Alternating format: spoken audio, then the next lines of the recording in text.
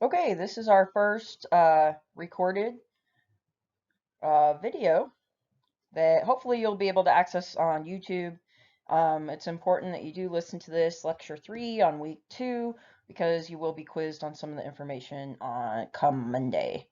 Um, so we're talking about coaches as leaders and their ethical dilemmas that they face. Most of this is actually talking about leadership theory, though. Um, you were supposed to do a lot of reading in your book, the Wooden book, about his thoughts on leadership and things. So different parts of this lecture are really going to be a review of that. So it's important that you know that and pay attention to that. According to Wooden, a coach is first and foremost a teacher, and then he's a leader, or she is a leader, right? So, and that really goes to show, be in line with how Wooden got into coaching, is that he was a high school English teacher first and foremost, or at least how he started. And then he also then became a high school coach for, I think, 10 years. So he really has kind of an academic mind. Wooden is very much an intellectual. Um, and that's one of the reasons his pyramid of success is so respected, because I think a lot of people, including academics, think of him as kind of a peer, which is remarkable when you think about kind of how academics and professors and things can be a little snooty. Um, so that's in and of itself is an accomplishment. So first, a coach is a teacher, then he or she is a leader. You know, it's our job as coaches to teach our athletes more about the sports and about life and about themselves, right? And then also to lead them. So it would be great to say, oh, a coach, all you do is coach. That's absolutely not the case. If my job all it entailed was coaching, it would be easy. The other things that we do as coaches are really kind of equally as important, or not more, if not more important. So coach is a teacher first. His definition of leadership is all about helping others achieve their own greatness by helping the organization succeed. So something interesting here is that he does focus on the organization as well. So the college that you're coaching for, the club you're coaching for, the school district that you're coaching for, things like that. And also that it's very other focused, right? He's focusing on, you know, thinking that leadership is about helping others. It's not about yourself. It's about helping others get to where they want to go. Um, and Wooden is definitely known for that. And we'll talk a little bit later, but that's a good example of both being a servant leadership, taking on a servant leadership style, and also a transformational leadership style. Like Wooden would definitely fall into both of those categories. And we'll talk about that in a little bit here. According to Wooden, a leader or a coach should be constantly learning, listening, observing, studying, and be okay with trial and error. Um, so basically, don't expect to be perfect, and it's okay to let your athletes know, like, hey, I'm a human being. I'm going to mess up. We're going to try this. If we fail, we'll try something else.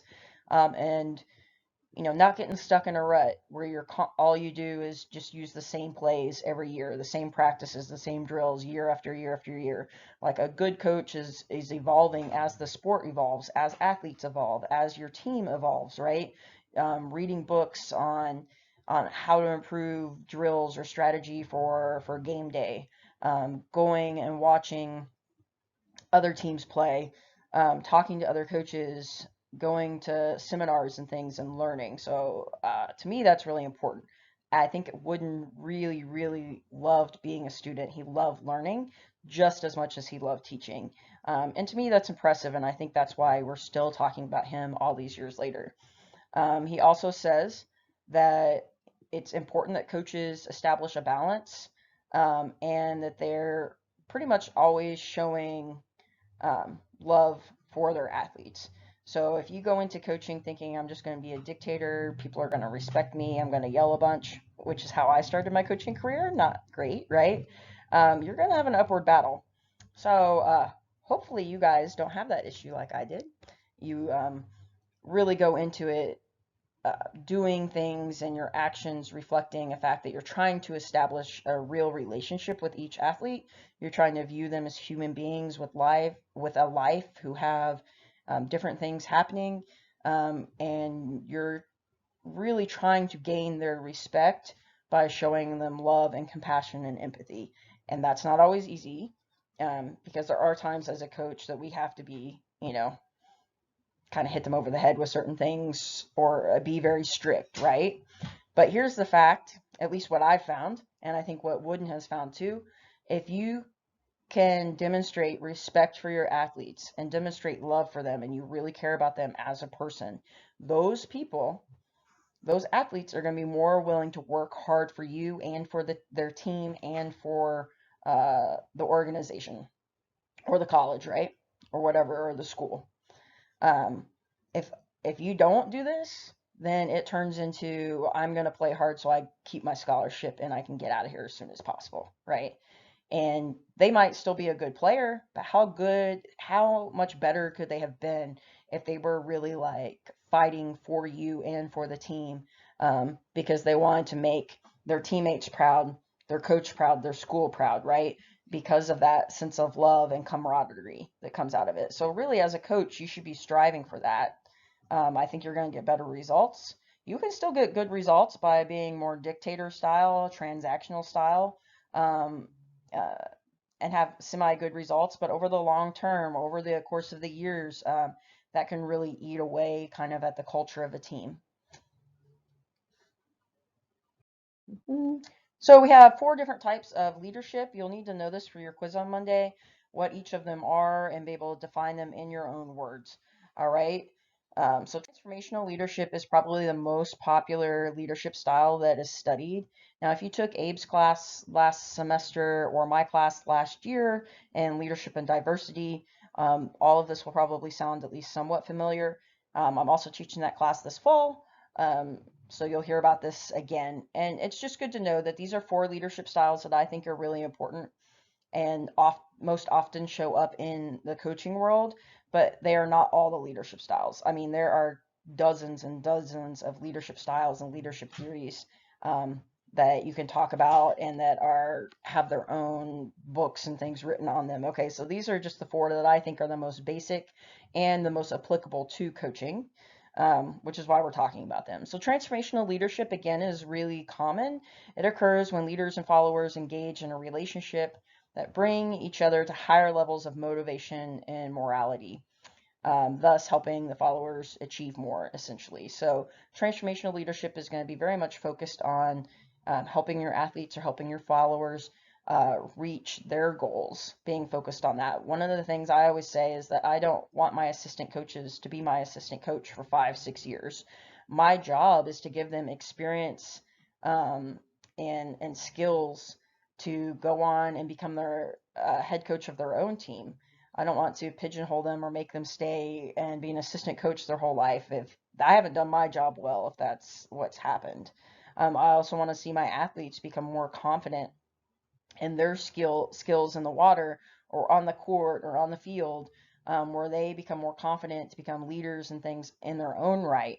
So transformational leadership is really about that, motivating your followers. So if you're going to write a definition of transformational leadership, motivation should probably be in there somewhere, motivating them to be better and also teaching them how to accomplish that. So really empowering and motivating a follower, right? That's what transformational leadership is. It also emphasizes respect, and focusing on shared goals, cooperation, teamwork, things like that. So really, when you think about good athletic teams, good coaches, right, and teams that players like to play for, and coaches that players like to play for, transformational leadership is right there. It's very applicable. I think to this day and age, certainly in academia, in the study of coaching, yes, there are actual academic articles on coaching, right? Thus the whole academic, segment of sport management. Transformational leadership is what most academics believe is the best, right? It's what most coaches should go for. But we'll talk later on it's not the end all be all. And that's very much from an academic point of view, but practically, sometimes coaches are going to use other styles.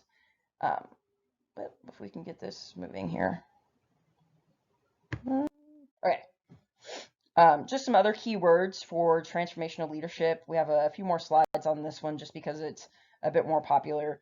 Idealized influence, again, the motivation is there. Intellectual stimulation of your followers, like, again, teaching them, um, explaining why. Don't not just saying, "Hey, do this, do that, and make this play." Explaining, do this because the other team might do this, in reaction to it. Um, we're gonna work this drill, or I want for like a sport like mine, I want you to move your hips like this in the water because it's going to give you less drag and make you faster, and it's also going to help your shoulders move in a certain way, right? Explaining to your athletes why you're having them do certain things, and challenging them intellectually, not always just handing them the answer, saying, okay, if this play happens, how will you respond? Not just telling them. That's really going to help your athletes get to a higher level. Um, and it's also altruistic in nature, which actually we'll talk about next week. Um, okay, sorry to backtrack. This is all new to me. Hopefully it will get better as we move on. So I appreciate your all's patience as I figure out how to do all this hybrid class stuff. I much prefer being in class. Anyhow, to backtrack, my apologies. Servant leadership, which is important to talk about. It's going to be the fourth style of leadership that we've talked about so far in this class.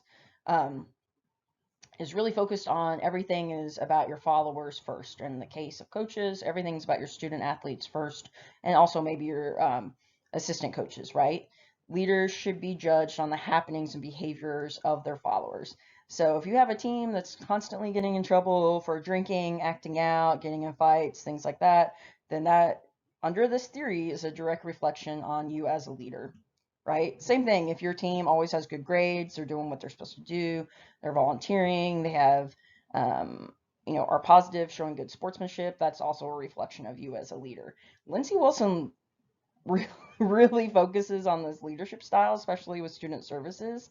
I mean, as a coach here, if I have a swimmer mess up and just kind of a basic way, maybe doesn't attend an orientation, international student orientation like they're supposed to, right? I will get a call from someone in student services within a day that your swimmer didn't do this, now you need to deal with it. And that's going to be a direct reflection of me and my program and how I lead, right? So servant leadership, in that way, can be a bit of a struggle sometimes, but it's becoming really popular.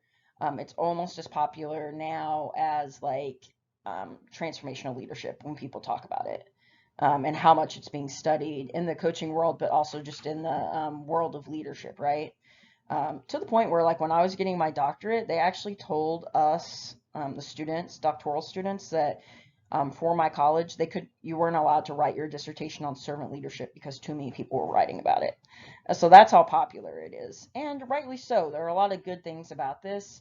Um, I think it's hyped up a little too much personally, but I do respect the fact that a lot of people turn to this as like the best leadership style. It's not 100% my opinion, but it has good aspects to it, right?